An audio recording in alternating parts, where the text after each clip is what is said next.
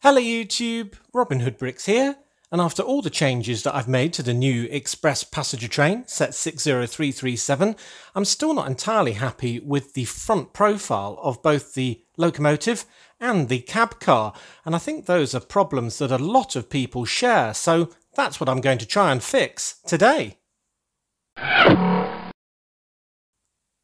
In the last video of this series, when I made the cab car, I did make a few changes to the locomotive.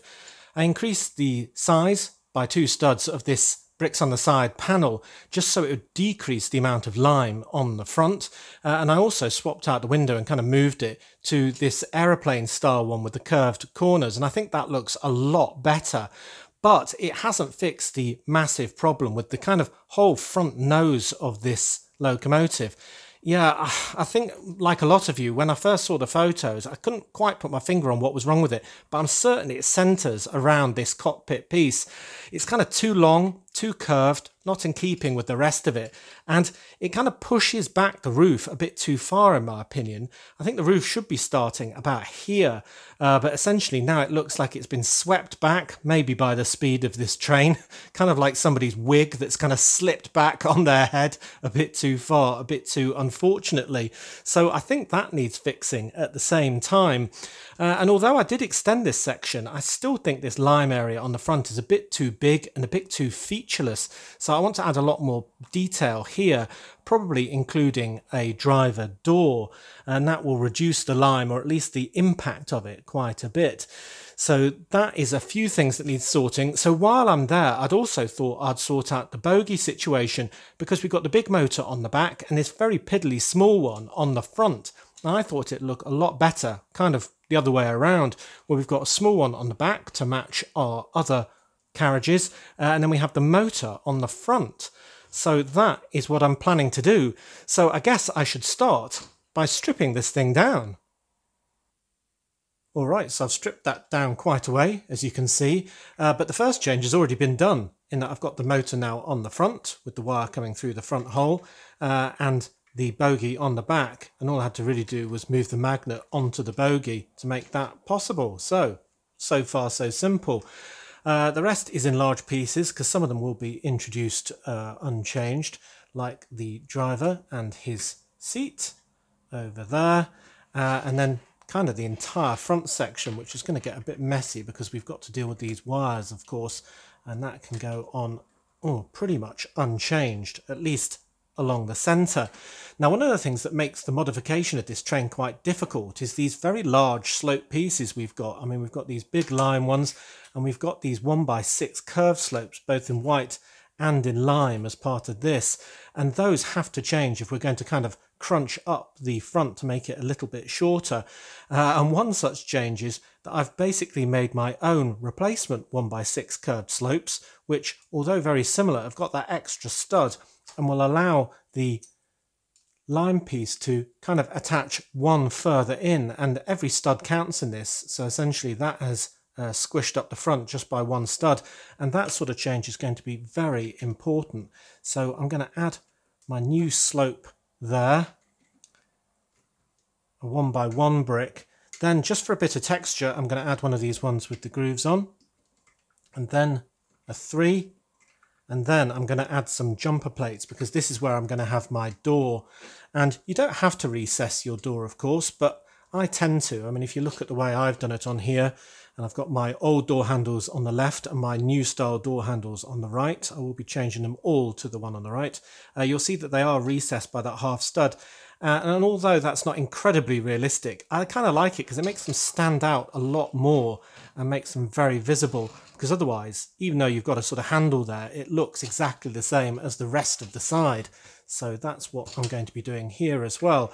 So although that first line of bricks looks very similar to what it did before, it is actually quite a lot different. Right, so I can put some of the other bits back, and then we can start building up our new front. Okay, so now we can start rebuilding things. So I've put the back section on, completely unchanged. Then the battery box, of course. I've just moved along these brackets by one stud, so we've got a better connection with the new sides. And they're going to be longer, so I've added a 1x2 tile in there. just because the 1x2 panels in lime are quite hard to get hold of, and you won't notice this when the sides are on. So I've increased the sides 4 studs from the original build and 2 studs from my intermediate build that we started off with today to get a lot longer sides, but they fit on in exactly the same way. It just reduces the amount of lime on the front, makes it still look quite locomotive-y, keeping that lovely logo and arrow shape on the front, so I like that. And then we can add the original battery cover unchanged as well, so yeah, it's starting to look like a locomotive again now. Then the other bit that can be returned is this rather large slope, except for now it can be placed 1 stud even further forward, and I think that just encloses the black centre bit a little bit better if you ask me, but we'll see how it looks when everything else is together. So yeah, virtually all there. Now for the next section I can't be using this curved slope, this 1x6, because well, it's just going to get in the way of whatever doorway we put in place. So essentially I've got the 1x3 version of the same with a 1x1 stud just to fill in the gap, and that will bring us back to normal height, but still give us space for that doorway in there. So for the doorway I'm going to need my aeroplane window, but you could use the one that came in the normal set because these are relatively hard to get hold of as well, and then just a combination of plates. And I've got my new door handle in lime here, but you could use the dark bluish grey version as well. It's just it will blend in a bit more nicely, I think, here, like that. And that can go on the 2 jumper plates on that side, and 1 more plate on top of the window. And then on top of that, I'm adding 2 jumper plates, just so it can be reattached at the top, given that it's half a stud recessed. So I'll just add that to the other side there.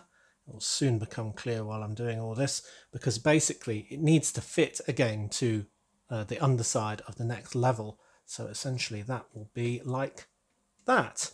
Brilliant. So there is our train door, and that's looking rather good actually, if you ask me. Haven't seen that yet myself.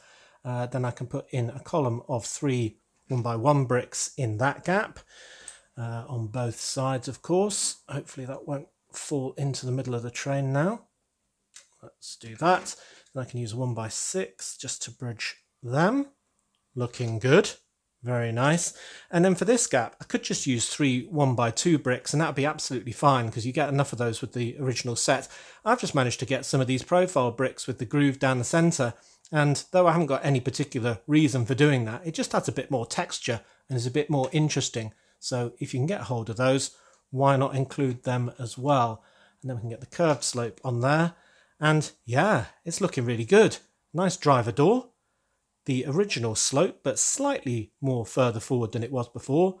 Lots of texture and a much bigger black arrow section. So that's looking really good.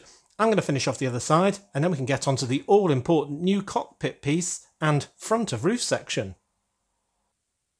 Well, second side complete, and I reckon that is looking pretty good. All in line with that recessed door, the handle and a bit of texture and so on, and that plain window. Yeah, looking great. So the next step is to add the new cockpit piece, but before I do that, I realised that my driver would have to be positioned slightly lower than he was before, because my piece is slightly more aerodynamic. So that's easily fixed. You just remove the 2x4 plate that he sat on and put his seat that 1 plate depth lower, and he can still see over those controls, so that is fine. So I can put that back on there. And then my windscreen piece that I decided to use is this one, and it's part number 30372, and it's been in 9 sets from 2004 up to 2016, so it should be readily available.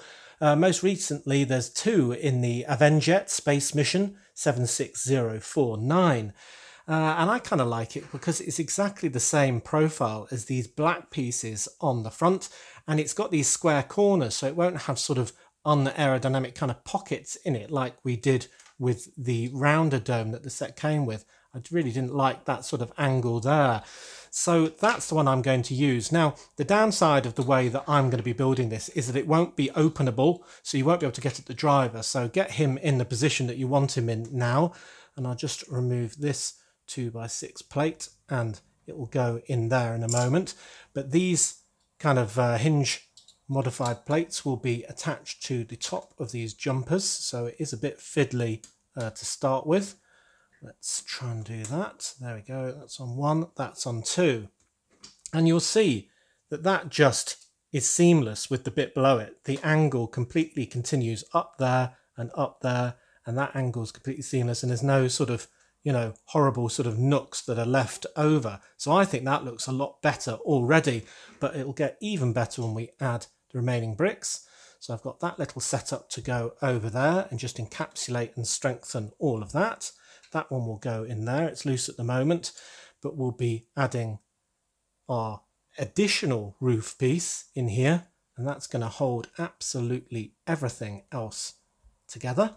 So just put that on there, and then we've got the front that we had before, but now it's a lot more forward, so it doesn't look like it's sort of slipping back in that rather unfortunate way it did. And just to make it look even more aerodynamic and streamlined, I'm adding two of these plates, so it kind of comes to a point but with no studs on it, so that arrow that kind of is on the sides is reproduced on the top. So I really like the look of that, and that will go on there. And there we have our new front for our express passenger train, and I think that looks a lot better. What do you think? We've got the wonderful angle that we had on here continuing up into the roof now. We don't have that horrible sort of recessed hairline sort of thing going on. We've got a bit of a point here echoing what we have on the sides. And do you know what? These are slightly forward, so you've actually got some little grooves in the sides here alongside that nose, rather than what we had before, where it was kind of sticking out quite a lot more. So it's just a lot more recessed. Yeah, I really like that. But I mean, the absence of this sort of quite ugly section here with these studs is a real improvement. So do tell me what you think of that. But I think that solves a lot of bad things with the original. Yes. And you know what? The door and this bit of texture really has torn into this large lime expanse. So it really is a lot more interesting and, well, a lot less lime. And remember, this one's two studs less than in the original set. So yeah, that is much improved. And I don't think it suffers from having these additional grills. Then with the motor at the front rather than at the back, I think the balance is right as well. So yep, I'm giving this improvement 2 thumbs up. Oh, and there's a full parts list for this mod in the description.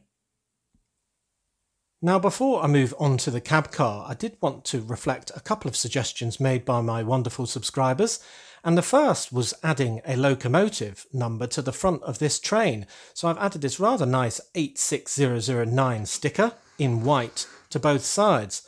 And it was quite a struggle finding an appropriate sticker, so I've actually used a 60098 sticker from the heavy haul train upside down, because all of those numbers work both ways up, which is rather clever, if I do say so myself. And it also means that I'm going to have 2 more to use on the other end. So that's very good.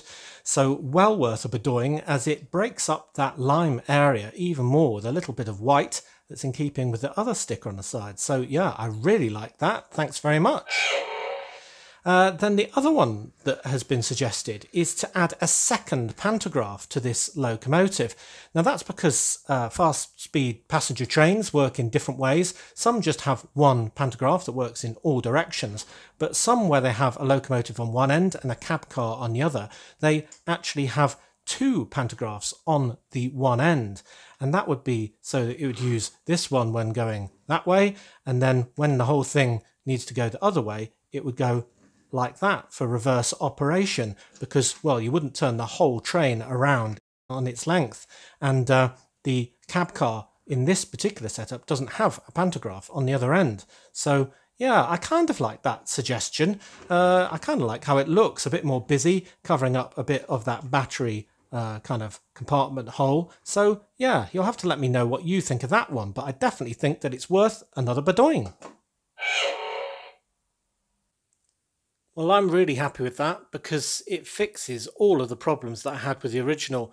That curved windscreen, the huge amount of lime on the sides, and the fact that the bogies were all back to front, not to mention that kind of receding hairline of the roof, which I think has been completely fixed by my amends, so I'm really happy with that. Now, I haven't got enough time to do the cab car in the same way today, or to convert my remaining 2 single-storey carriages into the double-decker ones that I prefer. So there's still some work to do in this series, but for now, I'm going to get this going. And because we've put the motor at the front now, so it's kind of pulling rather than pushing, you do have to rotate the control there if you want that to still go forward. So I'll do it quite slowly so we can see it going around, but I do think, yeah, that is a really good improvement. I just love the look of it. It looks kind of like the Horizon Express now, in the fact that it was sort of very classy rather than the kind of simple look that it had coming out of the box. So yeah, I'm really happy with that. Do tell me what you think in the comment section below, but yeah, that has fixed it for me. So as always, thank you very much for watching. It is appreciated.